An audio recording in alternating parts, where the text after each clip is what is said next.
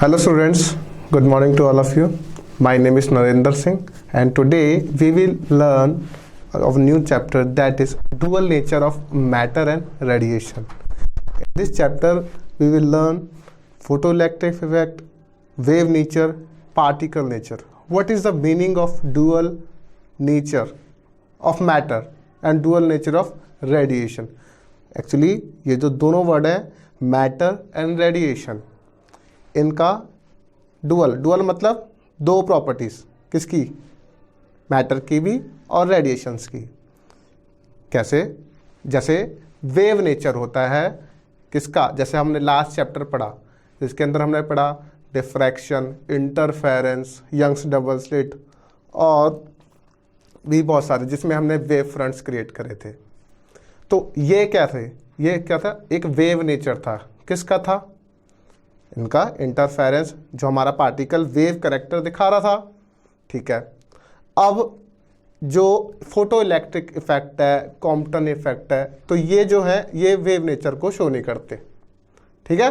ये किसको शो करते हैं? पार्टिकल नेचर को। ओके। ऐसे ही मैं मैटर और रेडिएशन में डिफरेंस क्रिएट करने लगा कि मैटर किसको बोलूं, डिफ्रैक्ट, और ये रेडिएशन किसको बोलूं। ठीक है। तो जब मैंने मैटर और रेडिएशन में डिफरेंस क्रिएट किया तो मैंने पाया कि जो मैटर है ना, उसके पास मास होता है, मास एंड मोमेंटम। ओके। अब ये जो मैटर है MATTER and this is our radiation. मैं मैटर और रेडिएशंस की प्रॉपर्टीज को डिफाइन करने लगे, किसके पास कौन सी प्रॉपर्टी है।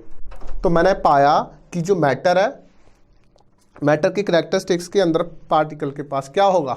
मास होगा। ठीक है। क्या होना चाहिए उसके पास? मास। और सेकंड, उसके पास एक मोमेंटम है। क्या है? Momentum.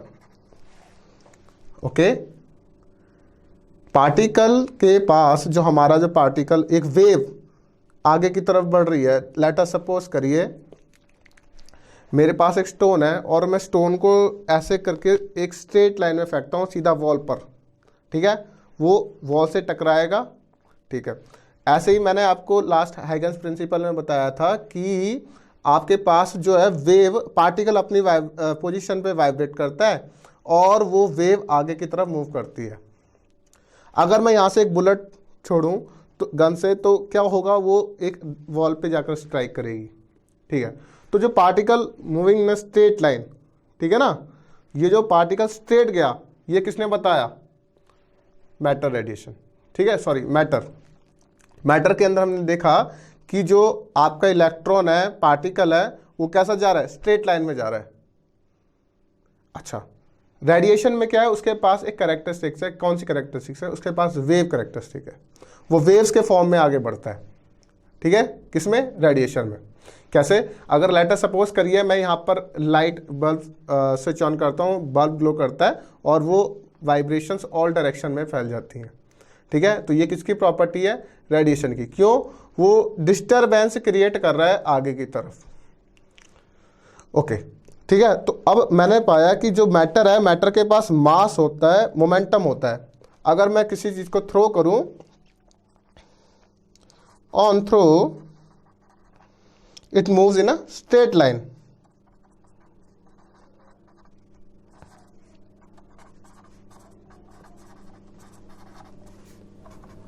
Moves in a straight line.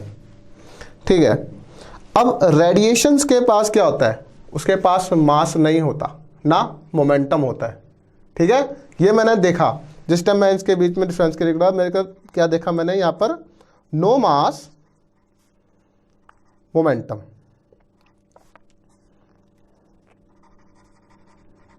तो इसके पास क्या था? इसके पास था वेवलेंथ। क्या थी? वेवलेंथ। तो क्या इसके पास है? वेव, दैट इज लैम्डा, और वी कैन राइट वेवलेंथ। ठीक है। ओके। अब जब मुझे पता चल गया कि matter has mass and momentum and the radiations have no mass and momentum. ठीक है। तो इसके पास क्या है, जब मैं इसको थ्रो करता हूं तो ये moves in a straight line. अच्छा, अब रेडिएशन में क्या है, ये वेव कैरेक्टर दिखाता है। कैसे?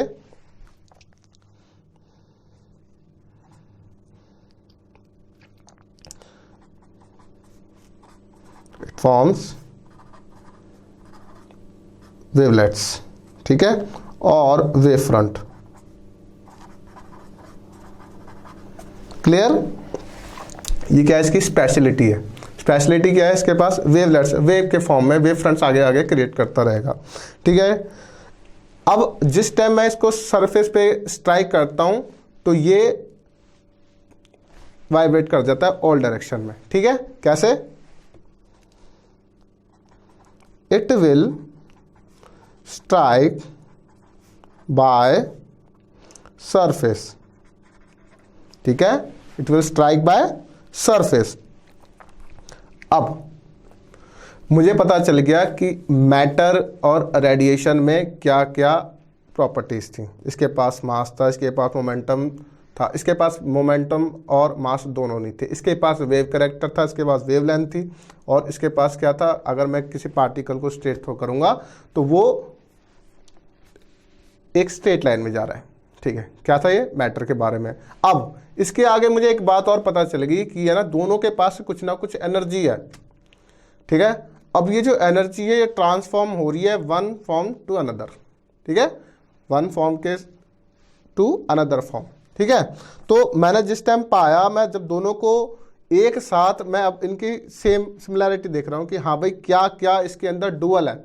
अब ये डुअल वर्ड क्यों बोला गया है कि दोनों के पास एनर्जी है। ठीक है, अब दोनों के पास एनर्जी है तो ये कैसी एनर्जी है, तो ये देखिए जरा, डुअल एनर्जी है। दोनों के पास कैसी है, डुअल, सेम। कैसी? Energy transformation, energy transformation from one two another. ठीक है, तो ये एनर्जी का ट्रांसफॉर्मेशन जो हो रहा है इसके अंदर वन टू अनदर हो रहा है। ठीक है, एक फॉर्म से दूसरी फॉर्म में हो रहा है। कि ये किस में था, दोनों की एक सेम प्रॉपर्टी थी जो मैंने पाया। अब जिस टाइम ये मैटर के अंदर क्या था कि जिस टाइम ये स्ट्राइक करता है तो एक पॉइंट की तरह क्रिएट करता है। ठीक है, कैसे करता है ये, पॉइंट की तरह, hits like as a point.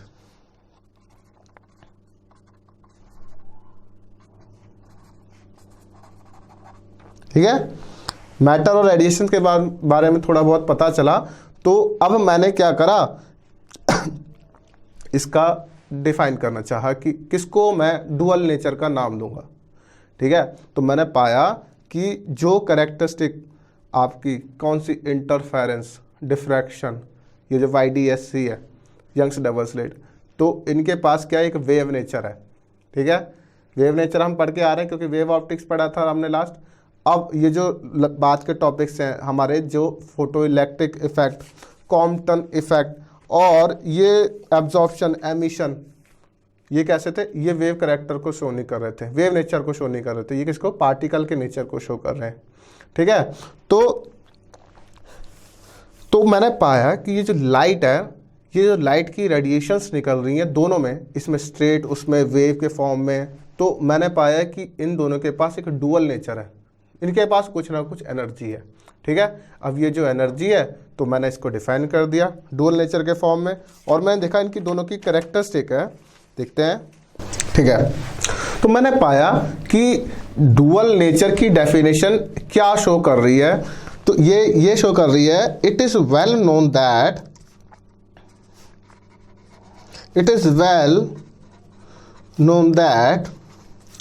The phenomena of interference diffraction, जैसा कि मैंने बताया था, इंटरफेरेंस, डिफ्रैक्शन और ये आपका polarisation,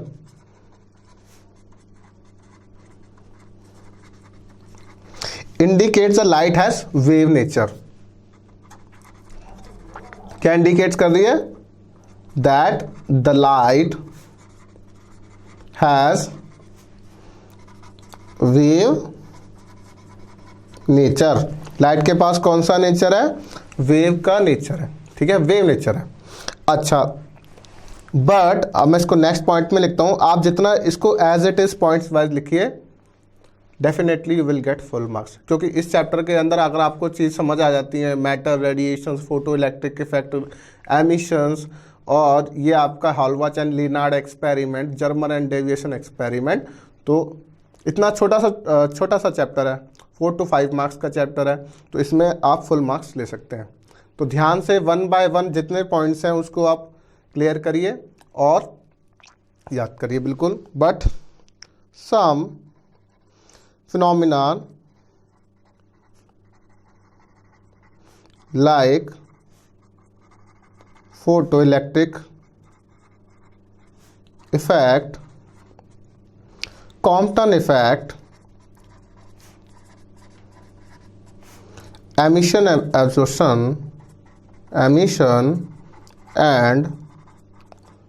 absorption of radiation could not be explained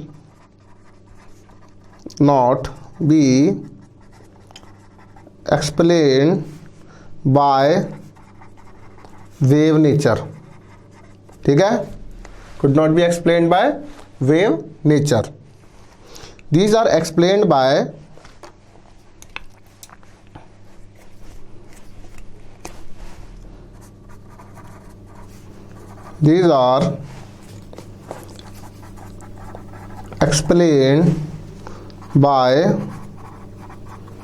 particle quantum nature of light, ठीक है। Those light radiations has dual nature.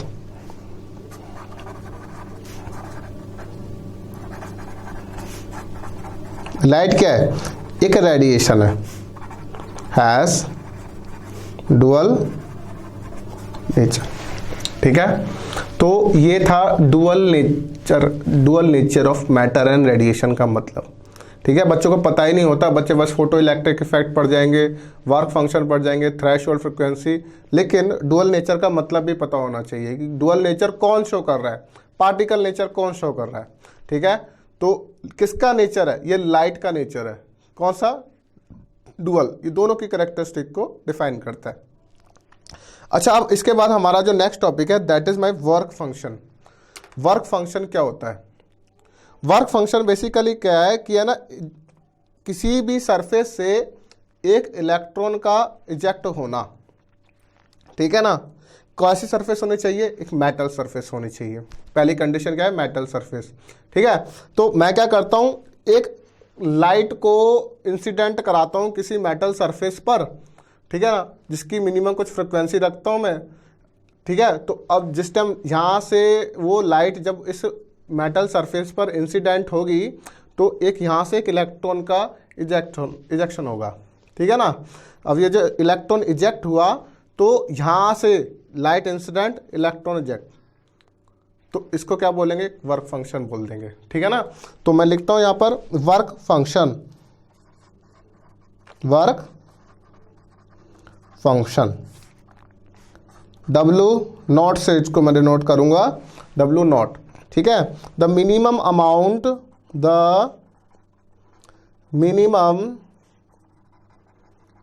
Amount of energy required by an electron to just escape from the metal surface, is known as work function.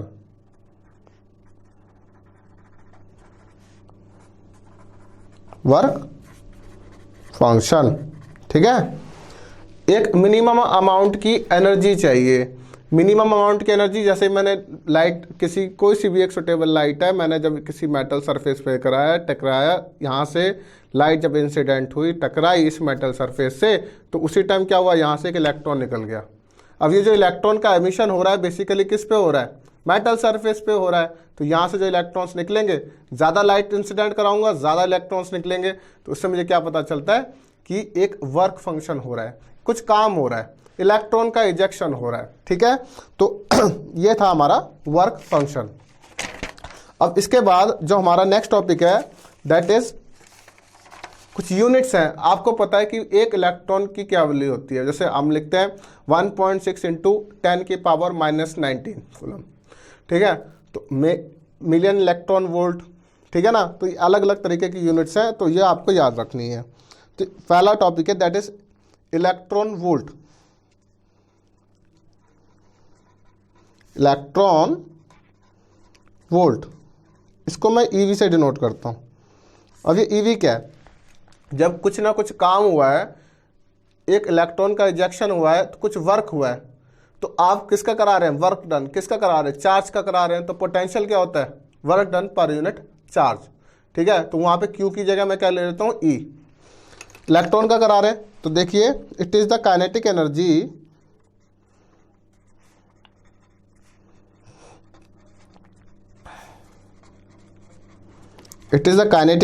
gained by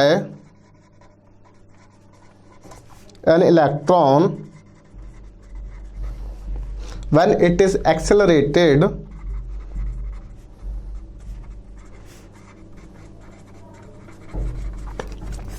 through a potential difference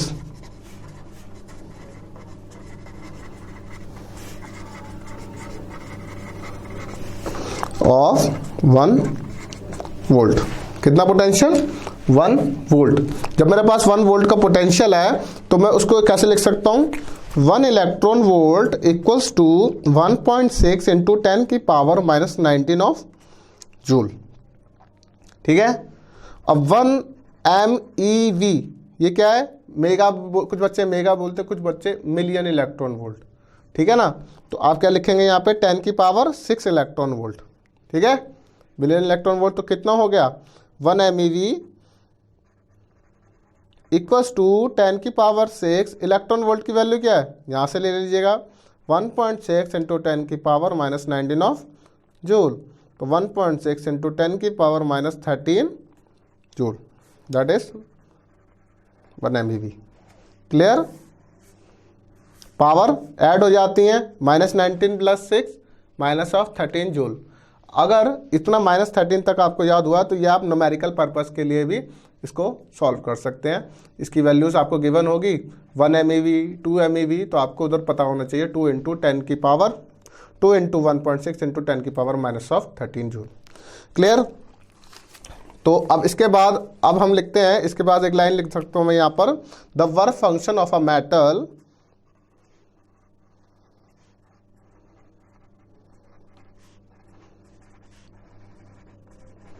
is measured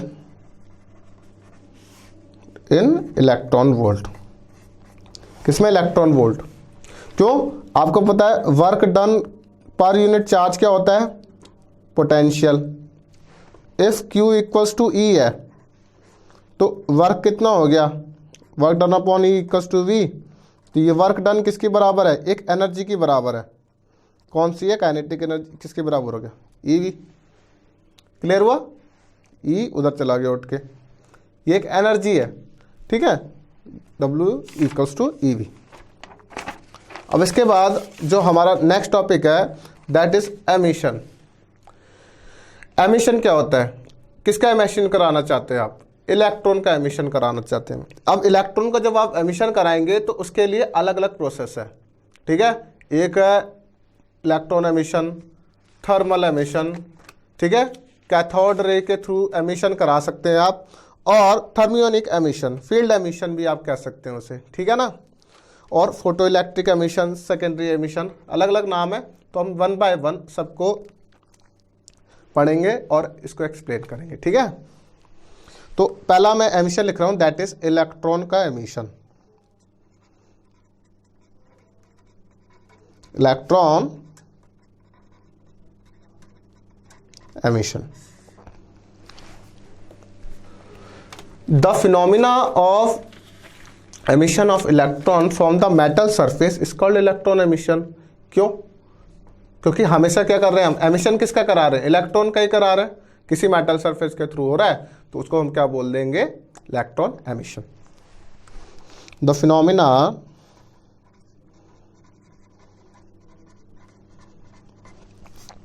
of emission of electron from a metal surface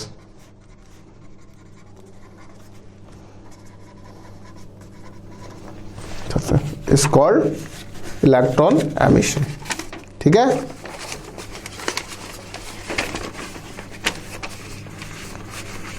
electron emission. ठीक है, इसको हम क्या बोल देंगे, electron emission. अब types किसके, emission के। जब मैंने डिफरेंट टाइप्स देखा तो मैंने लिखा यहां पर emission types of emission, types of emission. तो मेरा फर्स्ट एमिशन है थर्मियोनिक एमिशन।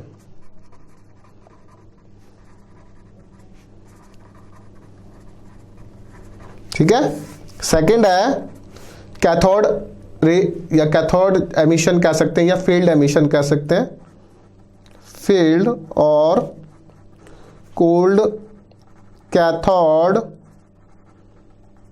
एमिशन। ठीक है, थर्ड फोटो इलेक्ट्रिक एमिशन।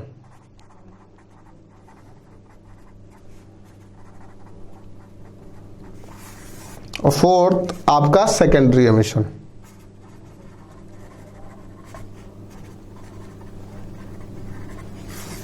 ठीक है, ये चार टाइप के हमारे 4 टाइप्स के जो है एमिशन है, जिनको हम 1 बाय 1 एक्सप्लेन करेंगे और इसकी डेफिनेशन को क्लियर करना है। ठीक है, पहला टॉपिक मैं लेता हूं थर्मियोनिक एमिशन।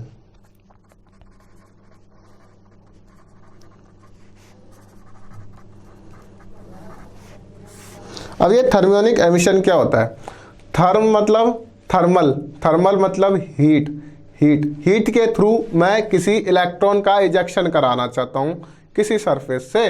वो सरफेस कौन सी है, मेटल सरफेस।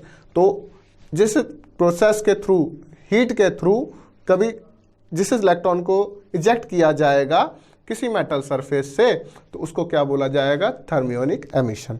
तो मैं यहां लिखता हूं, here the electrons are emitted, here the electrons are emitted from metal surface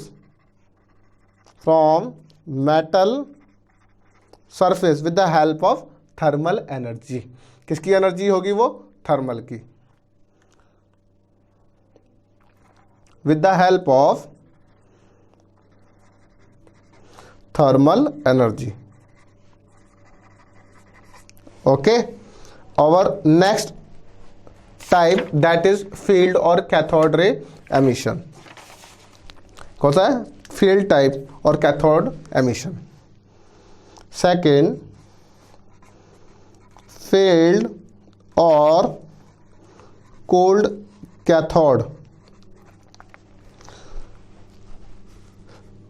emission। इसमें क्या होगा, आपने कैथोड और एनोड प्लेट भी सुनी हुई है। तो मैं क्या करता हूँ, एक बाहर से किसी लाइट को कैथोड प्लेट पर इंसिडेंट कराता हूँ। जब वो इंसिडेंट होती है वहाँ पर लाइट, तो वहाँ से इलेक्ट्रॉन का इजेक्शन होता है। और ये सारे इलेक्ट्रॉन क्या है, नेगेटिव चार्ज, ये एनोड प्लेट पर जाएंगे। एनोड क्या है, पॉजिटिवली चार्ज। तो ये सारे के सारे इलेक्ट्रॉन जब पॉजिटिव प्लेट पर गए, तो इसके बीच में एक हमने इलेक्ट्रिक फील्ड सप्लाई कर रखा है प्लेट्स के बीच में। तो हमें क्या है, एक वेरी हाई इलेक्ट्रिक फील्ड लगा देंगे। जैसे ही हम वेरी हाई इलेक्ट्रिक फील्ड लगा देंगे इन प्लेट्स के बीच में, तो वहाँ से क्या होगा, एक इलेक्ट्रॉन का एमिशन होगा। ठीक है, तो यहाँ पे लिखता हूँ मैं, here the electrons are emitted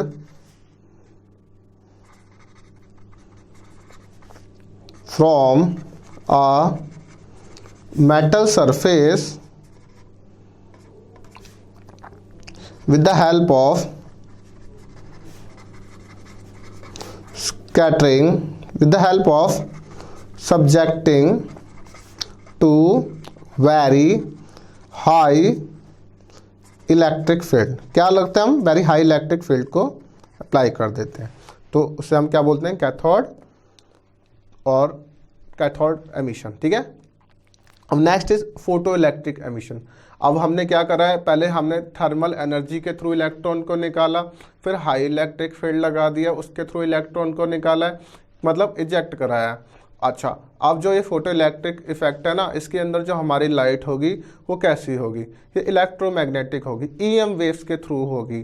ठीक है, when a suitable electromagnetic light strikes on the surface of the metal, electrons are ejected. अब ये क्या है, इलेक्ट्रॉन क्या कर रहे हैं, एमिशन कर रहे हैं इलेक्ट्रॉन का, तो हम इसको क्या बोल देंगे, फोटो इलेक्ट्रिक एमिशन। ठीक है, तो मैं लिखता हूं यहां पर that is photo electric emission.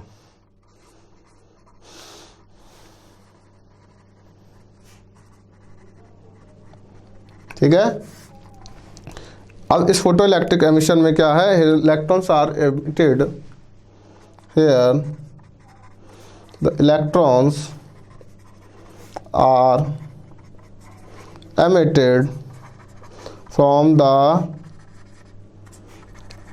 metal surface with the help of suitable electromagnetic radiation।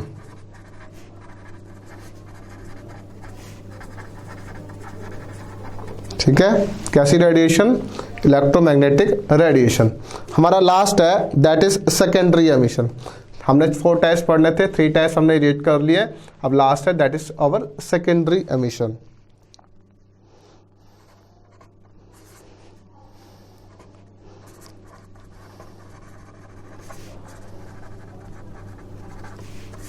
ठीक है, इन दिस सेकेंडरी एमिशन हम क्या करेंगे, एक फास्ट मूविंग इलेक्ट्रॉन को स्ट्राइक कराएंगे। ठीक है, जो ये फास्ट मूविंग इलेक्ट्रॉन को स्ट्राइक कराएंगे, इलेक्ट्रॉन का इजेक्शन हो जाएगा। ठीक है, तो उसको हम क्या बोलेंगे, ये दैट इज सेकेंडरी एमिशन। देखिए, इलेक्ट्रॉन्स आर इजेक्टेड, बेसिकली हम इलेक्ट्रॉन कहाँ से इजेक्ट करा रहे हैं, हम इलेक्ट्रॉन इजेक्ट करा रहे हैं किसी मेटल सरफेस से। तो ये वाली बात आपको पता होनी चाहिए कि इलेक्ट्रॉन्स इजेक्ट कहाँ हो रहा है। ठीक है, electrons are ejected from metal surface by striking fast moving electrons over it। ठीक है, क्या करते हैं, फास्ट मूविंग इलेक्ट्रॉन्स को स्ट्राइक कराएंगे। ठीक है, तो वहां से क्या होगा, इलेक्ट्रॉन्स का एमिशन। ठीक है, अब इसके बाद दैट इज फोटोन। अब फोटोन बेसिकली क्या है कि जिस टाइम लाइट जब किसी बल्ब के थ्रू, किसी सोर्स के थ्रू इंसिडेंट हो रही है, तो जब ये इंसिडेंट हो रही है ना, तो ये स्मॉल पैकेट्स के फॉर्म में हो रही है। लेट अस सपोज करिए, जैसे आप होली वाले दिन बैलून के अंदर वाटर भर लेते हैं। ठीक है, तो अब वो बैलून भर के आप किसी पर स्ट्राइक कराते हैं, तो वो जिस पर स्ट्राइक होता है तो उस पर जाके क्या होता है, ये सारा का सारा वाटर उस पर जाके उसको गीला कर देता है। ठीक है, उस पर इंसिडेंट हो जाता है। तो ये जो वाटर है, वाटर क्या है, उसके अंदर एक वेव है। तो वैसे ही है, ये जो लाइट है, लाइट जब इंसिडेंट हो रही है स्मॉल पैकेट्स के फॉर्म में हो रही है, किस पर, किसी सरफेस पर। जब ये लाइट स्मॉल पैकेट्स के फॉर्म में हो रही है किसी सरफेस पर, ये जो स्मॉल पैकेट्स है, इस स्मॉल पैकेट्स के अंदर क्या है, इस स्मॉल पैकेट्स के अंदर उनके पास क्या है, एक वेव है, एक वेव करेक्टर है। ठीक है, वेव कैसी, जो इलास्टिसिटी, मतलब अपने पार्टिकल्स एक स्मॉल पैकेट्स के फॉर्म में इकट्ठी हो गई है। अब जब ये लाइट किसी सरफेस पे पड़ेगी तो वहाँ पर क्या करेगी, वहाँ पर चांदना, रेडिएशंस। ठीक है ना, तो ये रेडिएशन होगी तो हमें साफ साफ नजर आता है। क्लियर हुआ। तो ये था फोटोन। तो ये फोटोन क्या है, एक प्लैंक्स क्वांटम थ्योरी के अकॉर्डिंग उन्होंने बताया, तो ये डिस्क्रीट पैकेट्स के फॉर्म में एक एनर्जी है जिसको हमने क्या बोल दिया, फोटोन। ठीक है, प्लैंक्स क्वांटम थ्योरी के अकॉर्डिंग इसके अंदर क्या होता है, ये एनर्जी है, ये जो लाइट है इंसिडेंट हो रही है किसी स्मॉल पैकेट्स के फॉर्म में, discrete amount of energy, small packets के फॉर्म में जब इंसिडेंट होगी तो उसको हम क्या बोल देंगे, फोटोन। ठीक है, देखिए फोटोन, तो ये फोटोन क्या है? According to Planck's quantum theory,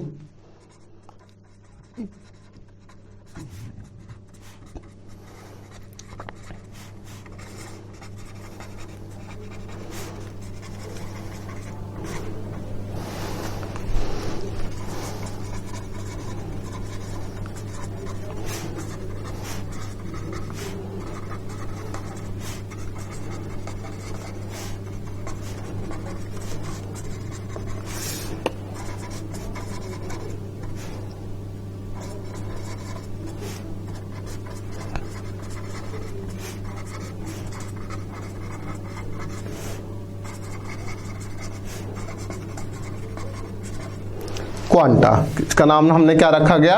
quanta. इन्होंने ये बोला Planck's quantum theory of radiations के अकॉर्डिंग ये जो ईएम वेव है, ईएम वेव मतलब जिसने फोटो इलेक्ट्रिक इफेक्ट किया है, तो ये किसके फॉर्म में? Discrete packets of energy called quanta. इसके नीचे मैंने अंडरलाइन कर रखी है, ये वेरी इंपॉर्टेंट लाइन है। ये हम किसको एक्सप्लेन करती है? फोटोन को, फोटोन की डेफिनेशन को। ठीक है, तो one quanta of light radiation is called photon.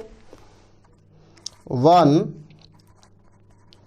Quantum of light radiation is called photon। ठीक है, क्लियर हुआ?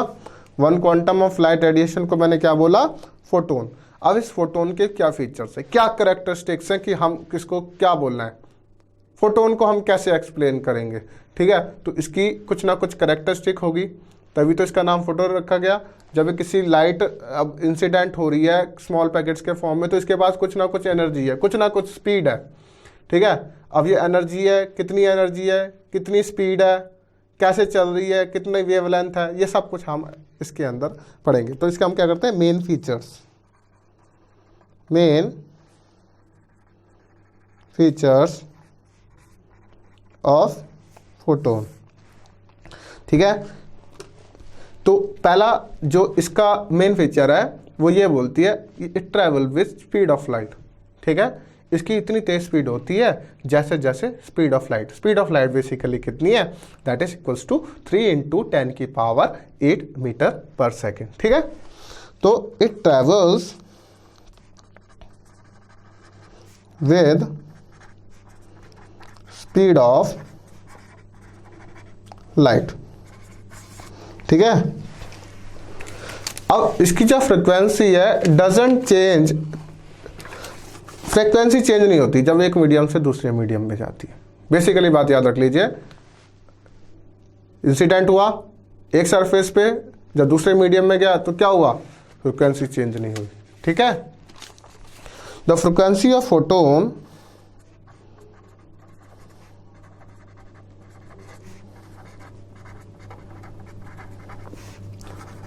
does not change as it travels from one medium to another। क्या लिखा है? फ्रीक्वेंसी। ये वाली बात याद रखिएगा, जो फ्रीक्वेंसी है ना वो चेंज नहीं होती जब वो एक मीडियम से दूसरे मीडियम में ट्रैवल कर रहा है। ठीक है, तो स्पीड ऑफ फोटोन, फ्रिक्वेंसी अगर चेंज नहीं होती तो स्पीड ऑफ फोटोन तो चेंज होनी चाहिए, कुछ ना कुछ तो चेंज होएगा ही। तो इसने ये बोला कि the speed of photon changes as it travels through different media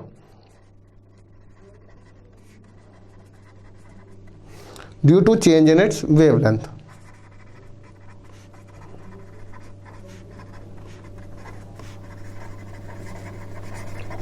ठीक है, मैंने क्या बोला? एक फोटोन है, फोटोन जो ट्रैवल करेगा तो उसके पास कितनी एनर्जी, कितनी स्पीड से चल रहा है? स्पीड ऑफ लाइट से।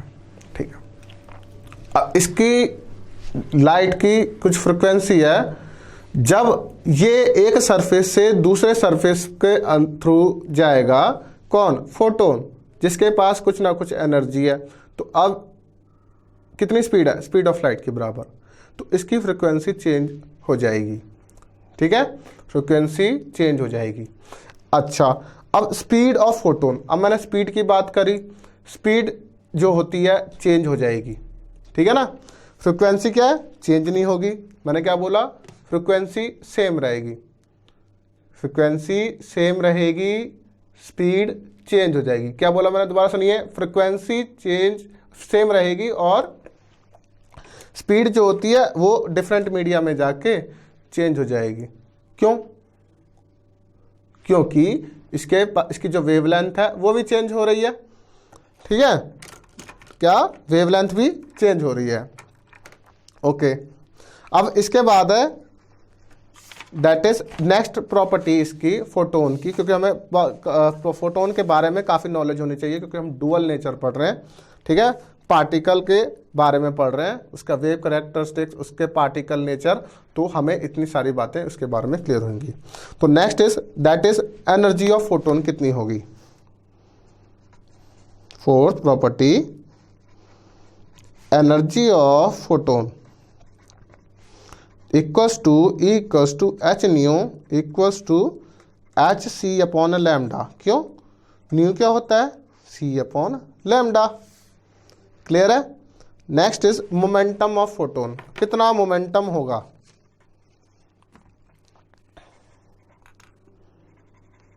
मोमेंटम ऑफ फोटोन, मोमेंटम क्या होता है? पी किसके बराबर होता है? Mass into velocity. वेलोसिटी कितनी है इसकी? स्पीड ऑफ लाइट की बराबर, ठीक है। तो मैं यहाँ पे लिख सकता हूँ m equals to P equals to m into c मतलब उसकी वेलोसिटी। सी की जगह क्या लिख सकता हूँ मैं? न्यू अपॉन सी, ठीक है। समझ में आया ये कैसे हुआ? मैंने मल्टीप्लाई बाय सी और डिवाइडेड बाय सी कर दूं, मान लीजिए, ओके, तो ये क्या हो जाएगा? H upon lambda. क्लियर हुआ? सी किसकी बराबर है? वेलोसिटी के। क्यों? ये आ जाएगा नीचे और that equals to 1 upon lambda. Clear हुआ? तो अब आइंस्टाइन्स मास एनर्जी रिलेशन क्या कहता है? According to Einstein mass energy relation E equals to mc square equals to h nu, ठीक है।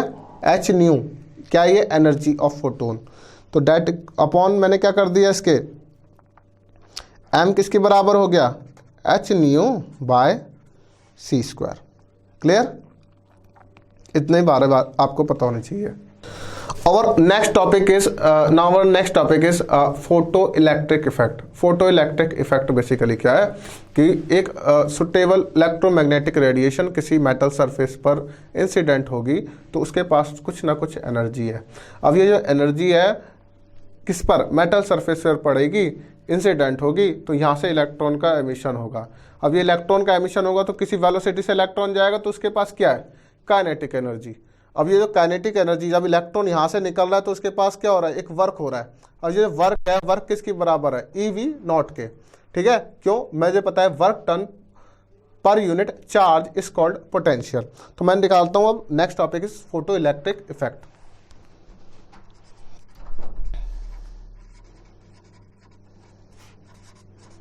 Photo electric effect, the phenomena of emission of electron, the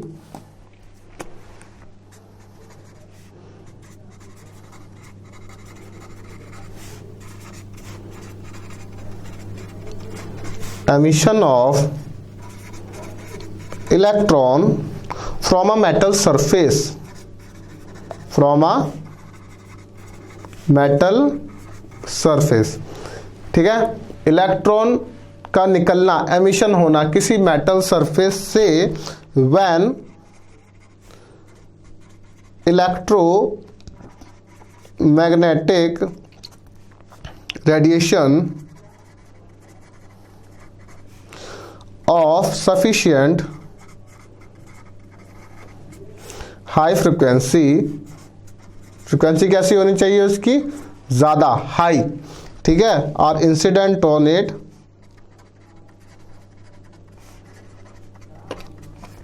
is called photo electric effect. ये तो आपने पहले भी लर्न कर लिया और दोबारा इसको याद कर लीजिए।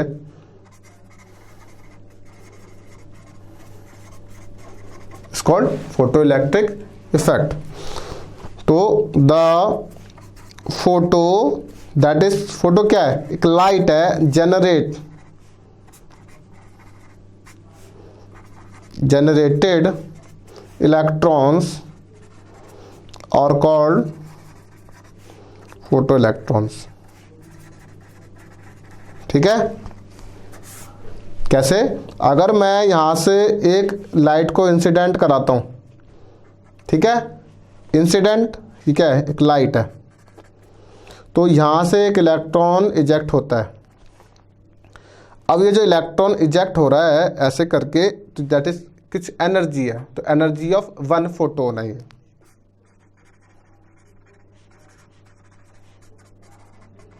ठीक है। तो एनर्जी ऑफ 1 फोटोन किसकी बराबर है,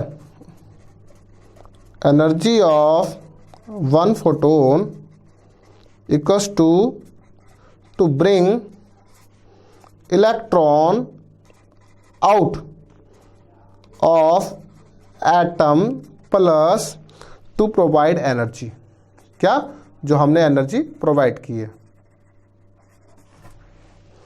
ठीक है। ये है आपका एनर्जी ऑफ 1 फोटोन, ठीक है। So this is all for today.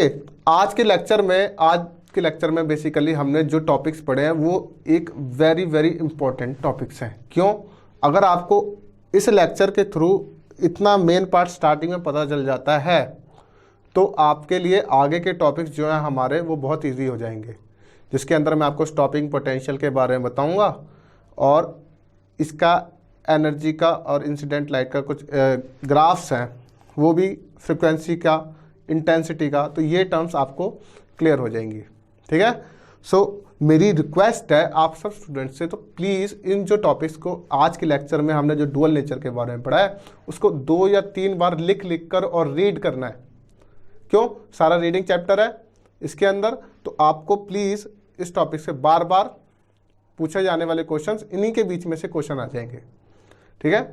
सो आपकी कुछ भी क्वेरीज इस टॉपिक से रिलेटेड है तो please contact me at studykhazana.com। Thank you very much.